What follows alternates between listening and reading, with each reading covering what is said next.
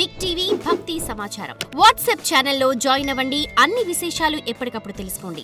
ఒకానొకప్పుడు దేవగిరి అనబడేటటువంటి పట్టణంలో సుధర్ముడు అనబడేటటువంటి గొప్ప శివభక్తుడు, త్రికాల సంధ్యావందనం అలవాటైన వాడు, నిరంతరము శివ పార్థివేశార్చనకు అలవాటు పడినటువంటి మనస్సున్నవాడు, భగవంతుని యందు మనస్సు రమించడం చేత తనకిది ఉన్నదని కానీ తనకిది లేదని కానీ అన్నడు భావన చెయ్యనివాడు, తనకి ఒకటి లేకపోవడం కూడా ఈశ్వరానుగ్రహమే అని అనుకోగలిగినటువంటి సంపన్నత కలిగిన హృదయం ఉన్నవాడు. ఇది చాలా కష్టం అండి. ఈశ్వరుడు ఒక్కొక్కరికి ఒకటి ఇవ్వడు. లోకం ఏమంటుందంటే వాళ్ళకి ఇది లేదంటుంది. కానీ వాళ్ళంటారు ఈశ్వరుడు మమ్మల్ని ఉద్ధరించడానికి మాకు అది ఇచ్చి ఉండకపోవచ్చు అంటారు. అది వాళ్ళ భక్తి నీకేం తెలుసు వాళ్ళని అలా అని నువ్వు పాపం మూట కట్టుకుంటున్నావు. కాబట్టి ఇప్పుడు అటువంటి భక్తుడు ఒకడున్నాడు. ఆయనకి సుదేహ అని ఒక భార్య ఉన్నది. ఆమె మహాసౌశీల్యవతి, భర్తని నిరంతరము ధర్మమునందు అనువర్తించేటటువంటి స్వభావము కలిగినటువంటి తల్లి. చాలా కాలం ఇలా ఉంటుండగా వీళ్ళిద్దరికీ బిడ్డలు కలగలేదు. బిడ్డలు కలగకపోతే ఈ భార్య వెళ్ళి భర్త దగ్గర బాధపడింది. ఏమంటే మన తర్వాత వంశం నిలబడడానికి, పూజామందిరంలో పూజ చేయడానికి ఇంట్లో వండిన పదార్థం ప్రేమతో అమ్మా అని పిలిచి తినడానికి బిడ్డలు లేరు. ఈ తల్లితనం లేకపోవడం నాకు చాలా బాధగా ఉంది. అందుచేత మనకి బిడ్డలు లేనటువంటి ఈ లోటు ఎలా పూడుతుంది అని భర్త దగ్గర ఏడ్చింది. ఆయన ఏమనాలండి? నిజమే, ఈ లోటు ఎలా పూడుతుంది, మనకి బిడ్డలు కలగట్లేదు అనాలి. కానీ ఆయన ఎంత గొప్ప మాట అన్నాడో తెలుసా అండి భార్యతో? ధీరుడుగాన, ధీరత్వం అంటే జ్ఞానమునందు రమించేటటువంటి స్వభావం, అటువంటి బుద్ధి ఉన్నవాడు కాబట్టి ధీరుడుగాన తత్పతి మదింగనకెట్టి విచారమున్ మహోదారతతో ఇటుల్నడు తన్విరో వందురనేల ఇట్టు లెవ్వారికి నెవ్వారౌదురిలా బంధువులెవ్వరు తల్లిదండ్రులెవ్వారలు పుత్రులెవ్వరిక స్వార్థపరంబు జగంబు సర్వమున్. ఏమిటే నీ వెర్రి? ఎవరికి తల్లిదండ్రులు, ఎవరెవరికి బిడ్డలు, ఎవరి స్వార్థం వాళ్ళది. కలిసినవి విడిపోతుంటాయి. పట్టు విడిపే ఈ లోకమునకు ఉన్నటువంటి స్వభావం. ఇలా పట్టుకుంటుంది, అలా విడిపోతుంది. విడిపోయిన వస్తువుని పట్టుకున్నాను నువ్వు లేకపోతే నేను ఉండలేనన్నవాడు 11 రోజుల్లో మరిచిపోతున్నాడు. మరిచిపోయేవాడు సంతోషంగా తిరిగేస్తున్నాడు.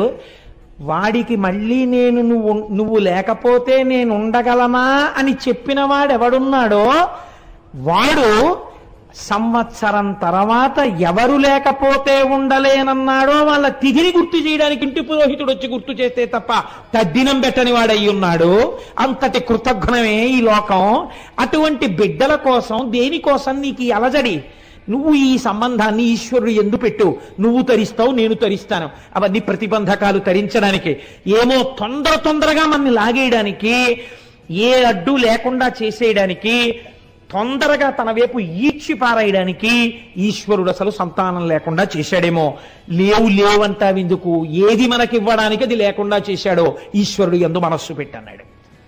అంటే పాపం ఆవిడ సర్దుకుంది మనస్సు. కానీ లోకం అనేటటువంటి ఒక వస్తువు ఉంది కదండి, దీనికి అనవలసిన మాట అనరాని మాట అన్నది తెలియదు. ఇతరుల్ని బాధించి బతకడం కలియుగంలో లక్షణం. ఎందుకని చిత్తవృత్తులు రాక్షసులై ఉన్నాయి. ఇంత మాట అనడమా? ఆ మాట ఎంత ప్రమాదానికి ఎడుతుంది, ఎంత బాధపడతారని ఆలోచించకుండా మాట్లాడతారు. కాబట్టి ఈవిడ ఒకసారి పొరిగింటికి వెళ్ళింది. ఏదో పేరంటం జరుగుతున్నప్పుడు ఏదో వాదులాట వచ్చింది స్త్రీల మధ్య. వాదులాట వస్తే ఈ సుదేహ తనకి తెలిసినటువంటి ఒక మంచి మాట చెప్పింది. ఇలా చెయ్యకూడదు అనేదో అంది. అనేటప్పటికీ ఆవిడంది కోపంతో, చెప్పడానికి నీకున్న యోగ్యత ఏమిటి అని చెప్పడానికి ఆవిడ ఒక అనరాని మాట అనేసింది. దుడ్డు కలుగొనేమో గొడ్డుదానవు నీవు, తినుటకెవ్వరేని దిక్కులేరు, బిడ్డలున్న దాన్న పేర్మినాకెనయవుదే తల్ల క్రిందులగుచు తపసుకొనిగా. ఏమిటి నువ్వు మాట్లాడేది? నువ్వు గొడ్రాలివి. ఎంత ఉంటే ఏమిటి? దుడ్డు కలుగునేమో, నీకు డబ్బు ఉందేమో, మీ తర్వాత తినడానికి ఎవడున్నాడు? రాజులు పట్టుకెడతారా సొమ్ము? మాకు అలా కాదు. మా తర్వాత తినడానికి పిల్లలున్నారు. మేము వండితే అమ్మా అని తినడానికి పిల్లలున్నారు. మా ఐశ్వర్యం నీకెక్కడొస్తుంది? ఇక నీకు పిల్లలు పుట్టరు. నువ్వు తలకిందులుగా తపస్సు చేసినా ఇక నీకు అమ్మా అన్న మాట లేదండి. నిజంగా అది ఒకళ్ళు అనక్కర్లేదండి. అలా అనిపించుకోలేకపోయిన వాళ్ళు ఎంత బాధపడుతుంటారో. నాకు ఈ పద్యం చెప్పడానికి ఇవ్వాలి, నేను ఇక్కడికి వచ్చి కూడా పుస్తకం తిప్పా, దీన్ని ఆపి చెప్పడం ఏమైనా కుదురుతుందా అని. అలా కుదరదు అని నిర్ధారించుకున్న తర్వాత మాత్రమే నేను ఈ మాట చెప్పవలసి వచ్చింది. ఇలాంటి పద్యాన్ని కథాంతర్గతంగానైనా చెప్పినందుకు సిగ్గుతో తలంచుకుంటున్నాను. ఎందుచేతనంటే అది ఒక స్త్రీ మనస్సుని ఎంత బాధ పెడుతుందో నాకు తెలుసు. ఆ మాట అనరాదు. ఆ మాట అంది, పాప ఆవిడ చాలా బాధపడింది. చాలా పద్యానికి అంతకన్నా వ్యాఖ్యానం అనవసరం. కాబట్టి ఇప్పుడు ఎవరికి చెప్పుకుంటుంది? భర్తకి వెళ్ళి చెప్పింది, నాకు బిడ్డలు పుట్టరా, నాకు అమ్మ అన్న మాట లేదా అని అడిగింది. అడిగితే ఆయన అన్నాడు, నువ్వు బిడ్డలు పుట్టరా అని నేను ఎంత చెప్పినా నీ మనస్సు ఈశ్వరుడు ఎందుకు చేర్చుకోలేకపోతున్నావు? మళ్ళీ మళ్ళీ అటువైపుకి ఎందుకు పెడతావు? ఎందుకు ఆ దుఃఖం? దానివల్ల ఏమిటి కలుస్తుంది నీకు? నీకు బిడ్డలు కలుగుతారో కలగరో, నేను దోషము నీదో లేకపోతే దోషము నాదో, ఒకవేళ ఈశ్వరుడు బిడ్డలు నీ దోషము వలనే కలగకుండా ఉంటున్నారో తేల్చడానికి ఒక పరీక్ష పెడతాను, ఈశ్వరుణ్ణి అడుగుతాను, ఇది భక్తి అంటే అని ఆవిడికి చెప్పకుండా ఆయన ఒక పరీక్ష పెట్టాడు. 2 పూలదండలు తెచ్చి భగవంతుడి యొక్క పాదముల దగ్గర పెట్టాడు. 2 విరుల దండలు శివుని దండన నుంచి తీయు కోమలాంగి పడతి, ఒకటి తీయుమనిన ఇష్టకుసుమము బాసి ఈవలి పుష్పంబుగొనిన పెదవి విరిచే కోవిదుండు. 2 పువ్వులు పెట్టేని శివుడికి ఒక విజ్ఞాపన చేశాడు. ఒకవేళ నా యందు బిడ్డలు పుట్టడానికి దోషముండి ఉంటే, లేదా అంటే మా దంపతుల యందు సంతానము కలగక మా ఇద్దరికి అమ్మా అని ఆవిడ, నాన్న అని నేను అనిపించుకోవడం సాధ్యం కాకపోతే ఈ దండ ముట్టుకుంటుంది. ఒకవేళ మాకు అలా అనిపించుకునే అదృష్టం రాసి పెట్టి ఉంటే ఈవిడ ఆ దండ ముట్టుకుంటుంది అని, ఇది ఈశ్వర నీ సంకల్పాన్ని చెప్పేయాలి. మాకు సంతానాన్ని ఇద్దామనుకుంటున్నావో అనగా మా ఇద్దరికీ కలిపి ఇవ్వాలనుకుంటున్నావో చెప్పేయి అని 2 దండలు పట్టి, నువ్వు ఇక నన్ను ఎన్నడో నాకు బిడ్డలు కలగరా అని అనరాదు, ఇది ఈశ్వర శాసనం, ముట్టుకో అన్నాడు. ఆయన ఏ దండ ముట్టుకుంటే పిల్లలు పుడతారని సంకల్పం చేశాడో అది విడిచిపెట్టి 2వ దండన ఆవిడ తీసింది.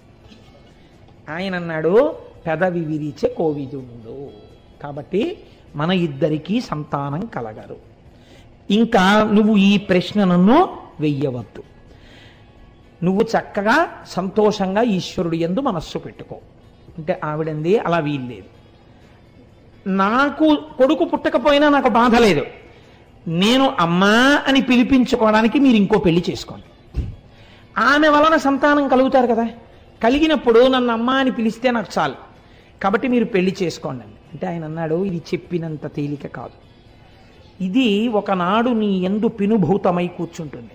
ఏమవుతుందో తెలుసా? అనవిని ఇప్పుడు ఇట్టులే నీవనెదవు వేరోర్తి పెండ్లి ఆడిన సవతిన్గని పోరుసేతువెంతయు అనుమానము లేదు పెండ్లి ఆడను మరలన్. నాకు సంతానం అక్కర్లేదే, ఈశ్వరుడు ఉన్నాడు చాలు. ఇప్పుడు ఇలా అంటావు, నిజంగా రేపు నేను వేరొక స్త్రీని వివాహం చేసుకుని ఆమె వలన నాకు బిడ్డలు కలిగితే నీ యందు అసూయ ప్రబలుతుంది, పెద్ద గొడవలవుతాయి, మనశ్శాంతి పోతుంది, శాంతి లేని చోట ఈశ్వరోపాసన ఉండదు, కాబట్టి నేను పెళ్లి చేసుకోనన్నాడు. ఆవిడ చచ్చిపోతానన్నంత హఠం చేసేసింది, నువ్వు చేసుకుని తీరవలసిందే. ఆవిడ మాట కాదనలేక ఆవిడ చెల్లెల్ని వివాహం చేసుకున్నాడు. ఆ చెల్లెల్ని వివాహం చేసుకున్నాడు, ఆమె పేరు గుష్మ అనబడేటటువంటి స్త్రీని వివాహం చేసుకున్నాడు.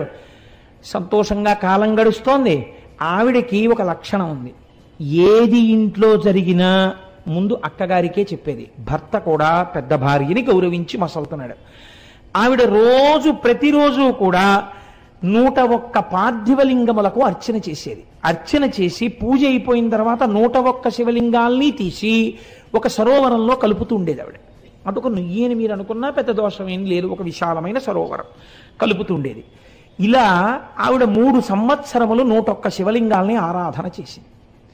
ఇప్పుడు ఆవిడ చేసిన శివ పూజ వలన ఆయనకి కూడా నాన్న అని పిలిపించుకునే అదృష్టం వచ్చి ఒక చిత్రం జరిగింది. అంటే 101 శివలింగాల్ని 30 రోజులు పూజ చేస్తే 30 రోజులు పూజ చేయడానికి ఒక స్త్రీకి అధికారం ఉండదు కాబట్టి కొద్ది రోజులు తగ్గుతాయి. తగ్గితే ఓ దగ్గరగా ఓ 3000 దగ్గరలో అవుతాయి. 3 ఏళ్లు పూజ చేస్తే ఇంటూ 36, మామూలుగా అయితే 1,09,080 శివలింగాల్ని పూజ చేయాలి. అంటే దగ్గరగా 1,00,000 పూర్తయ్యాయి. పూర్తవగానే ఆవిడ గర్భాన్ని ధరించింది. అంటే అంత పాపం ఇంత అర్చనతో పూర్తయింది, విరిగిపోయింది. ఇప్పుడు ఆవిడ 3 సంవత్సరముల తర్వాత గర్భం ధరించి పండులాంటి మగపిల్లాన్ని కంది. ఇంట్లో అందరూ సంతోషంగా ఉంటున్నారు. ఆ పిల్లవాడితో అమ్మ అని పిలిపించారు సుదేహని. ఆవిడ కూడా చాలా సంతోషంగా ఉంటుంది. ఆ పిల్లవాడు పెద్దవాడు అవుతున్నాడు, ఈయన కొడుకు కూడా పుట్టేశాడని ఇంకా భగవంతుడి యందు మనస్సు పెట్టేసుకున్నాడు. నాకు బిడ్డనిచ్చిన వాడెవడో వాణ్ణి, ఆ బిడ్డని కూడా రక్షిస్తాడు, చాలు కొడుకు కూడా పుట్టాడు, ఇంకా ఏమిటి, మెల్లిగా మనస్సును ఈశ్వరుడు యందు చేర్చేయాలని ఈవిడ రోజు 101 శివలింగాల్ని ఆరాధన చేయడం అలాగే చేస్తోంది. ఇలా కొన్నాళ్ళు జరిగిపోతే ఆ పిల్లాడికి యుక్త వయస్సు వచ్చేసింది వివాహానికి. వాడికో సంబంధం చూశారు, మంచి ఐశ్వర్యవంతులైన బ్రాహ్మణుల యొక్క సంబంధం కుదిరింది. ఈ పిల్లాన్ని వివాహం చేశారు. మంచి కోడలు ఇంటికి వచ్చింది. ఇక్కడ ఒక చిన్న ఇబ్బంది వచ్చింది. వీళ్ళైతే ఈవిడ్ని గౌరవంగా చూశారు, కానీ వియ్యాల వారని ఒకరు ఉన్నారు కదా, వారు సహజంగా ఎవరిని ఎక్కువ గౌరవిస్తారు? ఆ పిల్లవాడి యొక్క సొంత తల్లి, కన్న తల్లి ఎవరో ఆవిడికి పెద్దపీట వేశారు వాళ్ళు. వియ్యపు వారలు వారల వియ్యంబులు గుష్మనెంత వేడుక చూడన్ కొయ్యతనంబున నొర్వక గయ్యాలు సుదేహం ఎండుగా తపించన్. మా వియ్యపురాలు అని గౌరవం ఇచ్చి ఎంతో ప్రేమగా చూసి అన్నింటికీ మా వియ్యపురాలని ఈవిడ్ని పిలిచేవారు. ఆ వియ్యాల వారు కూడా ఈవిడ వియ్యపురాలని ఈవిడ్ని పిలిచేవారు. ఎంతైనా నేను వియ్యపురాలని కాను, కన్న తల్లి కాబట్టి అదే వియ్యపురాలు, చూశావా నేను కాలేకపోయానన్న కక్ష పెరిగిపోయింది. వీళ్ళు అసూయ ప్రబలడానికి ఇది హేతువైనది. ఇంత కష్టపడినా ఒకరోజు కొడుకు కోడలు ఒక పాన్పునందు శయనించి ఉన్నారు. శయనించి ఉండగా ఈవిడ అసూయ రోజు రోజుకి పెరిగింది. నా చెల్లెలైనటువంటి గుష్మకి ఇంత గొప్పగా ఆదరణ కలగడానికి కారణమేమి? ఆవిడ శివ పూజ అని ఈవిడ గుర్తించలేకపోయింది. ఆవిడ అనుకుంది ఒక కొడుకు ఉండడమే, ఆ కొడుకే లేకపోతే ఇంత ఆనందంతో ఉన్నటువంటి చెల్లెలు కళ్ళ వెంట నీటిధారలు కారుతుండగా గుండెలు బాదుకుని ఏడిస్తే తప్ప నా అగ్నిహోత్రం చల్లారదు అని ఒక రాత్రి వేళ భార్యతో కలిసి నిద్రపోతున్నటువంటి పిల్లవాడి గదిలోకి వెళ్ళి ఒక కత్తితో ఆ పిల్లవాడిని పొడిచి చంపేసింది. చంపేసి ఆ పిల్లవాడి శరీరాన్ని కోసేసింది, ముక్కలుగా కోసేసి ఇవన్నీ కలిపి మూట కట్టింది. అంటే ఎంత భావనా వ్యగ్రతని పొందేసిందో చూడండి. ఇంకా ఇవి మూట కట్టి తీసుకెళ్ళి రోజు శివార్చన చేసి నీటిలో కలుపుతుంది కదా, దీని బతుకు బయటికి రావాలని తీసుకెళ్లి ఆ శివలింగాల్ని కలిపే చోట నీళ్లలో ఈ శరీరం ముక్కలు పారేసింది. తెల్లవారింది. పాపం ఆ పిల్ల ఇంకా చిన్నపిల్ల, కోడలు అష్టవర్షేత్ భవేత్ కన్యా అని కదా, ఏదో 12 ఏళ్ళు ఉంటాయేమో, 13 ఏళ్ళు, గుర్రు పెట్టి నిద్రపోతోంది శుభ్రంగా చక్కగాను. తెల్లవారింది, లేచింది. ఈలోగా తెల్లవారకట్ట లేచి నదీ తీరానికి వెళ్ళిపోయాడు. ఆయన సంధ్యావందనం చేసుకుని ధ్యానం చేసుకోవడానికి గుళ్ళో. ఈవిడేమో కూర్చుని 101 లింగాల్ని అర్చన చేస్తోంది. ఆ పిల్ల నిద్ర లేచి చూసింది, తన ఒంటి మీద పక్క మీద నెత్తురు అట్టలు కట్టేసి ఉంది. తన భర్త శరీరంలో కొన్ని భాగాల యొక్క ముక్కలు మంచం మీద పడున్నాయి. ఆవిడిది చూసి గొల్లుని ఏడుస్తోంది కోడలు. సుదేహ గబగబా లోపలికి వెళ్ళి చూసి, అయ్యో కొడుకు పోయాడమ్మా అని ఈవిడ కూడా ఏడుస్తూ ఈ గుష్మ ఏడవదే అని చూస్తోంది.